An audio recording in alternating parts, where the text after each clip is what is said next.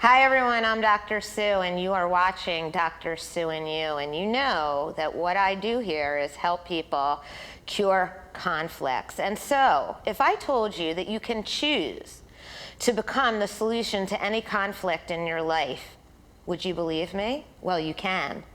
And I have somebody here today that is going to talk to all of you about being the solution to your conflict if you are involved with somebody that has narcissism or narcissistic tendencies. And I know if you're watching this and you're divorced, many of you do. So today I have with me Wendy Behary.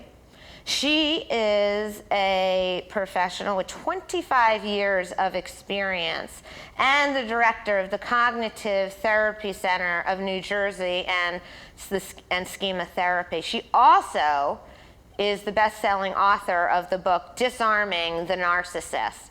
So I cannot wait to bring her in right now and learn how to disarm a narcissist. Hi, Wendy. Welcome to the show. Hi, Sue. Thanks for having me. It's great to be with you. It's my pleasure to have you on the show today. And we're going to talk about a topic that so many people struggle with out there, right? How Indeed. to cope and disarm a narcissist. Now, I know a lot about this because I work in a field with many people that are co-parenting with a potential narcissist or someone that has narcissistic tendencies.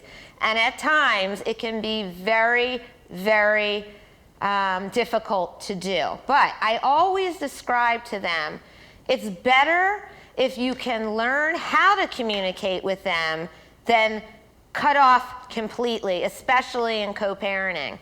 But what I would love to know from you is, how do you disarm a narcissist? What is the narcissist looking for from you? And how to save yourself in the process? Those are three big, amazingly important, wonderful questions. And let's see if I can whittle it down to some bare essential responses here, because there's so much to say about what you just asked.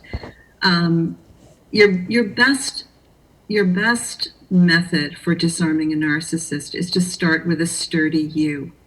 So we all need to be able to find that ability to steel our spine, to not angrily, just sturdily, have that sturdy self present, really protect our vulnerable parts and keep our sturdy self in front, reclaim our voice, assert ourselves, say what's so, set limits. And there's a way to do that, and there's a way to do that. And when you're dealing with narcissists, the way to do that is using this, what I think is the golden nugget of all communication, using empathy. Now, that's not sympathy. That's not feeling sorry for them. That's not letting them off the hook. That's not compassion.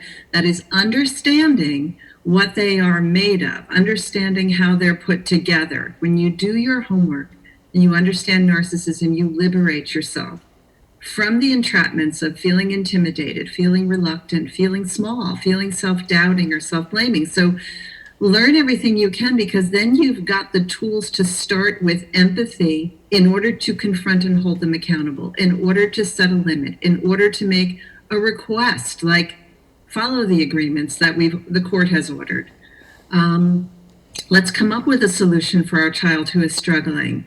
Maybe there's a way that you could close the laptop so the pornography isn't being exposed when our children are in your presence, things of this sort. But there's ways of doing that when you can say, I'm not blaming you, or I know you're going to hear this as a criticism, because they're so sensitive to criticism, because they're so suspicious of your every motive. Yeah. And I say this not as a cynic. I treat narcissists. Right. I work with narcissistic men, often those who are quite severe in their narcissism, yes. And I work with partners who are dealing with them or divorcing them or trying to figure it out.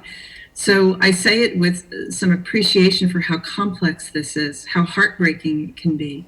But it is possible, as you say in your show, Sue, to find solutions within yourself. You've got to start with that big breath, centering yourself, have your knowledge, have your wisdom in front of you, be able to say, I know that in the world you lived in, it was okay to say what you want, do what you want when you want to. You were told that if you achieve great things, you could have your way. Yep. But in the world of our dealing as co-parents in this relationship with our children, this doesn't work when you just blurt things out. I know you don't mean to harm. There's the empathy again, right? And maybe it's a little bit more than what they deserve sometimes, right? Yeah. So we tweak, we manipulate a little bit too. We try to give a little narcissistic supply because in the end, you, the parent who's doing most of the repair work, you, the parent who is not burdened by narcissism, but perhaps burdened by having to do a lot of fixing and cleaning house, at the end of the day, you want to spare your children the grief. You want to stop the legacy of narcissism, and you want to keep your own sanity in the mix. Yeah. What an excellent response to all of that, and I cannot agree with you more. So let me understand what you're saying right now. What you're saying is one of the greatest ways to deal with the narcissist is to come from empathy. Yes. Yes. Which is not sympathy. No. And I agree with you wholeheartedly. When we're talking about empathy, does that include telling them in a way that you see things from their side? Yes. Yes, absolutely. That's spot on. You know, that I know that you see or you feel or you were taught that, you know, the only way to make it in this world is, you know, to suppress your emotions, to not express fears, that you were taught that that's a weakness. I get it. That's hard for you when you see our son showing fear. And I'm sad for you because you were just a boy, just like our son is a boy. Yeah. And children, it's natural for children to express fear and to receive comfort. And I think you know better because you're a really smart person. I'm speaking about men. Let's face it, women can be narcissistic too, but I'm just accustomed to working with that population. So forgive me for the overgeneralized sound of my pronoun.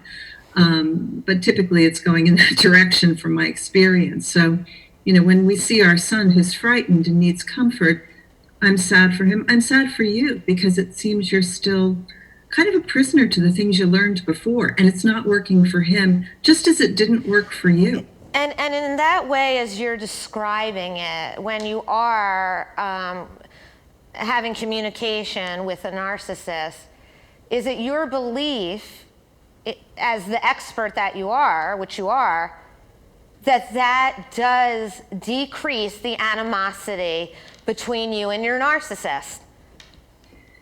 Yes, that's the hope. That, and it can, and it does in most cases, because what it does is it eliminates the distraction. You have pretty much obliterated the dance that you're typically in. You're not dancing anymore. So they may come back. It's not like a magic formula where you start using empathic confrontation, which is basically, I know, but now you're using this formula. They'll still try to fight. They'll try to lure you back into that dance because that's the place where they feel the most comfortable. Yeah. And it's going to take consistency, again, sturdiness and repetition before you'll see some kind of meaningful difference. But you can get that change. You've taken away the distractions of, you know, defending yourself. You don't have anything to defend. Most times partners don't have anything to defend, and yet we find ourselves getting caught in this place where we're defending ourselves, we're apologizing, we're giving in, we're submitting because it just feels easier. And the narcissist, once again, continues to be entitled, act entitled, and get what they want when they want it. And sometimes, you know, the collateral damage of that is our children and their welfare, or again, our own emotional health. And it's exhausting. It really is. And, you know, people that are going through this describe it as exhausting because it feels as though that narcissist is sucking the life out of you. Right. And there's times when you just have to set a limit. So I know that some of the people listening to this might be rolling their eyes and thinking, oh, you know, the narcissist in my life would just slam the door, hang up the phone, scream some kind of profanities at me if I spoke like this. They wouldn't have the patience to listen. And I know that that's true too. And sometimes it's just the simple, again, neutralize your system. You don't need to come from a raging place. It's exhausting to be in a state of anger all the time. You can be in this tone of voice, just simply saying, no, that's not going to work for me. No, it's not going to happen that way. I'm not comfortable with that. And no, clearly you're not in a place right now where we can talk about this. Yep. You're revved up. I'm not going to that revved up place. So we'll talk when you're calmed down, when we can do this from a more respectful place. And you end the conversation, Yeah. you depart.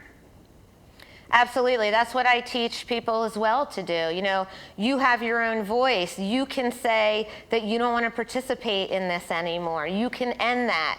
You don't have to keep engaging to the point where you get to the place where you are just filled with rage and anger yourself.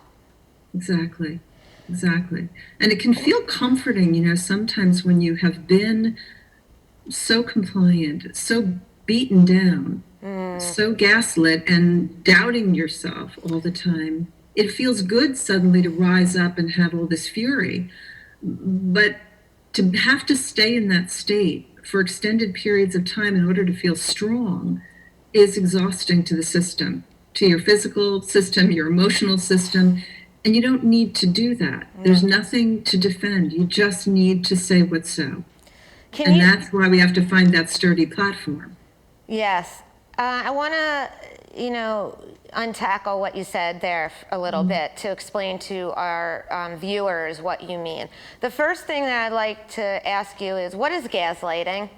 Can we put that in simple terms? Yeah, someone trying to distort your reality, distort and twist your truth. You know, I didn't say that. Yep. No, you must be mistaken. I never promised that. No, we didn't agree to that. That's something you just made up. Okay, exactly. So they take everything that you say and they try to twist it for their benefit. Exactly. Okay.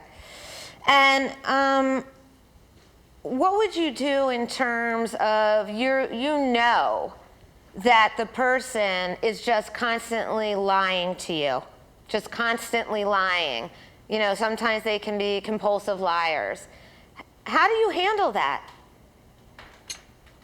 You know, it's pretty tough because, as we know, and you know this too from your work, Sue, right? When trust is violated, it's the hardest thing to restore. Yes. And it's even harder when you add the complexity of narcissism, because they are so prone to embellishment, to changing things up, to gaslighting, distorting realities. And so once that trust is violated, it's very hard to get back to a place where you can feel secure in what they're sharing with you. Right. And they won't be able to appreciate that like someone who doesn't have narcissistic issues, because the narcissist is so wounded by their own acts of harm. In other words, they know that this is a wrongdoing. There's deep shame under the surface. You won't see that because they're too busy in the blustery mode of, you know, attacking you, blaming you, and coming up with all these reasons why they did what they did once they get caught. But so it's much harder because you won't get the remorse, you won't get the empathy, you won't get the understanding, you won't get what people typically get when they're working towards trust and rebuilding honesty and truth. And so I don't know, to answer that question, you will be altered when you've lived with a narcissist when it comes to being able to fully trust what they're telling you. It will probably require a little deeper investigation. Yes. And is it that important in proving that what they're telling you is the truth or not? On that note, we're going to go to our first break. And when we come back, we're going to have more with Wendy Behary. She is the author of Disarming the Narcissist. We will be back in just a moment. Hey everybody, my name is Ashley Owens. I am your personal networking concierge, and I host a show on RVN TV called Connect to Success, where I interview power networkers in the greater Philadelphia and South Jersey area. So join me every week, 12:30 on Thursdays during your lunch break, and now on Fridays at 9 and 9:30 p.m. We'll see you next week. This plus this equals this plus this and this. Don't drink and drive. What makes a temple owl? Meet Stella. She's wise, fierce, and she's not alone. Temple University, where owls call home. We are the cherry and white. The city is our classroom. and we lead the rush hour, making our mark on every field around the world. A world without Temple, well, that's like the sky without the North Star. Temple, never stopping. The family law firm of Shemtab Dragonovsky Taylor will help you move through and beyond your divorce. We are a full-service boutique family law firm located in Blue Bell, Pennsylvania. We handle cases in Montgomery County, Chester, Bucks, Delaware, and Philadelphia counties. We have 6 highly experienced lawyers and have represented clients for more than 30 years regarding these issues. Our clients depend on us to sort through the complicated issues involved in divorce and division of assets, spousal and child support, and custody. We listen to them, we gather the information, and we help them make informed decisions. We pride ourselves in our knowledge and our experience. We try to settle cases when we can, but we zealously advocate for our clients at trial as experienced and successful litigators. If you need help on any of these family life issues, please call us for an appointment at 215-542-2105 or check us out on our website at www.shemtablaw.com. Hi, everybody. I'm Dr. Sue, and you're watching Dr. Sue and You. And I just want to get right back into what we were talking about before we went to the break. Joining me is Wendy Behary, and she is talking about her book, Disarming the Narcissist. And I know that you have a lot of interest in this, so I want to just get right back into our conversation. So Wendy, during the break, we were talking about narcissism and why is it that a narcissist cannot show remorse? This is a really important question you're asking, Sue. Part of the reason has to do with the fact that they are incredibly sensitive when it comes to their performance. And although they may, most of them know the difference between right and wrong. They know when they've done something like cheating or, stepping outside the relationship in any way or abusing someone, being obnoxious or controlling. Once it's pointed out, they can see it. But to be truly remorseful, one has to appreciate the impact on another. And to do that, you have to be free of that feeling that you are the bad guy. Instead, like we could say, I'm sorry if we've offended someone because I know I'm not a bad human, but I did something that was hurtful. And I need to own that. And I need to try to understand what it might have felt like for the person I care about. The narcissist cannot do this because they are so detached. They live in such a state of detachment from their own sense of self. They are, to say I'm sorry is like saying I'm dirt. So what you typically get is, okay, crucify me. What do you want from me? Okay, so I'm terrible. Or get over it. I said I'm sorry.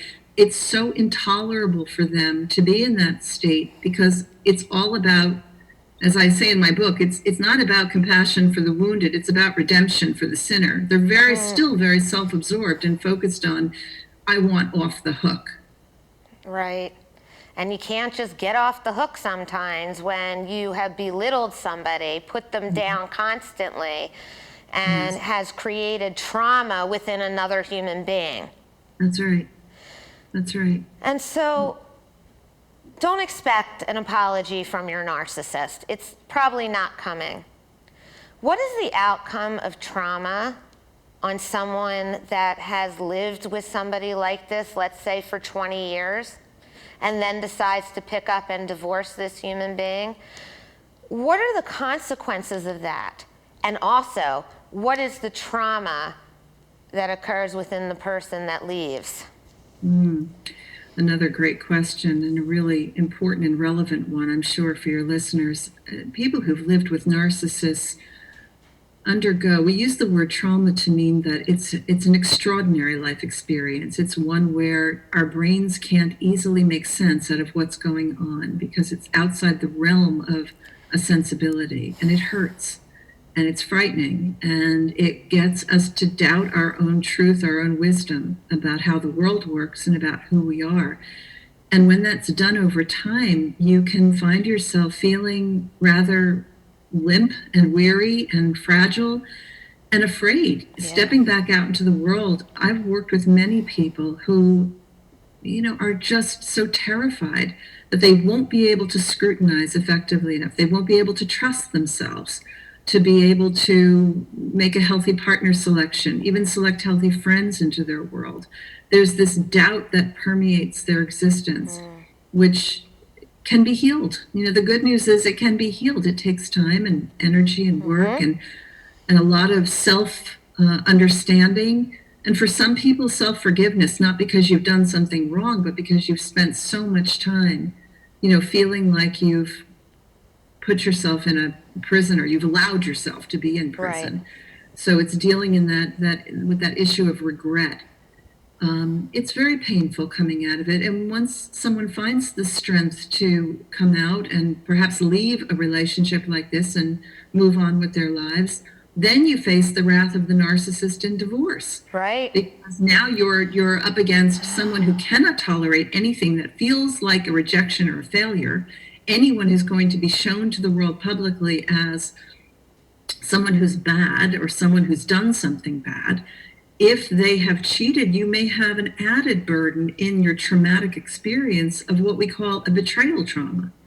You've been living with the perpetrator under the same roof, someone who has not only hurt you, but continues to be with you until you can, emancipate yourself through a divorce or separation. And because they cannot feel those feelings of rejection, have you seen that the narcissist will often go out, spread all kinds of lies about what happened within the marriage, and point the finger at the other human being that may have left to comfort themselves and destroy the person that they have divorced?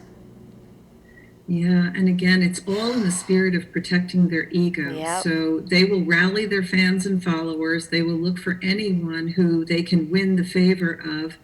And they will say whatever they have to say to try to create alienation, whether it's alienating the kids, it's alienating family members, Yep. friends, anyone they can kind of, even if they have to use their power and resources to do so. Like, I've got the goodies, so come on my team.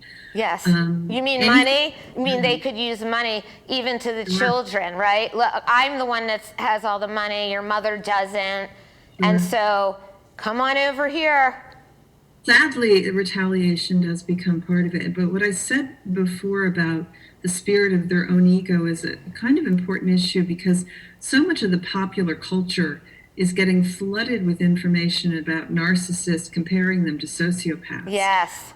Narcissists are not like born with an evil seed. They're not Correct. They're not like the sociopath who looks for ways to create harm and actually delights in the harm they cause. The narcissist will hurt you badly. There's no doubt. But what drives that, what motivates that, isn't someone who's satanic. It's someone who is going to do whatever they can to keep themselves shining brightly, to keep their ego protected. That's not a justification or excuse. It's just a really important differentiation. And what it does is it can inspire some hope towards finding solutions later once things settle down. Yes. After the acute phase has passed and you're working together as co-parents. I'm so glad that you brought that up, the difference between a narcissist and a sociopath, because there is a big difference between the two. And I think people, like you said, out in the public, that are reading things on the internet and are very confused. By the way, Wendy, there are narcissists or people that just have narcissistic tendencies that are very kind people. Yes. And you can work things out with them as time has passed. That's right. But what you're talking about, and I think what I'm alluding to, when you go the next step, you're talking about sociopaths. Can you describe for the audience how that would show up within a very difficult divorce?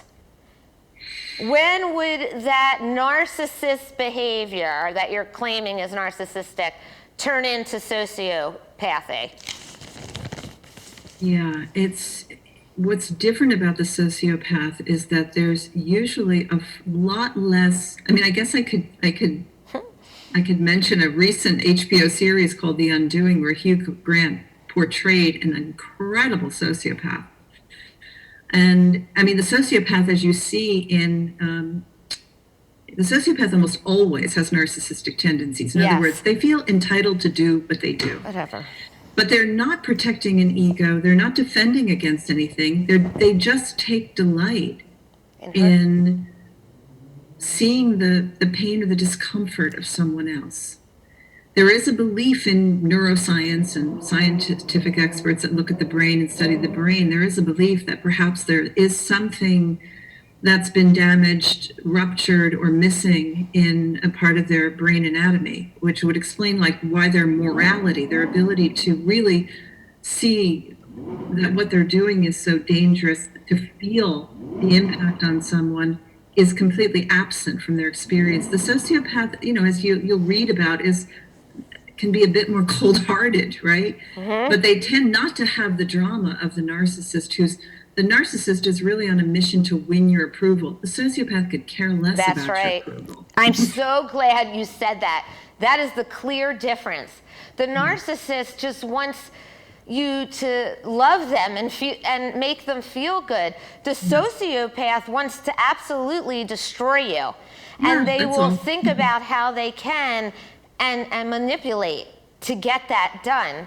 And it reminds me oftentimes of parents in these high conflict divorces that manipulate the kids to get away from the other parent that could be a really good parent. That's not narcissism.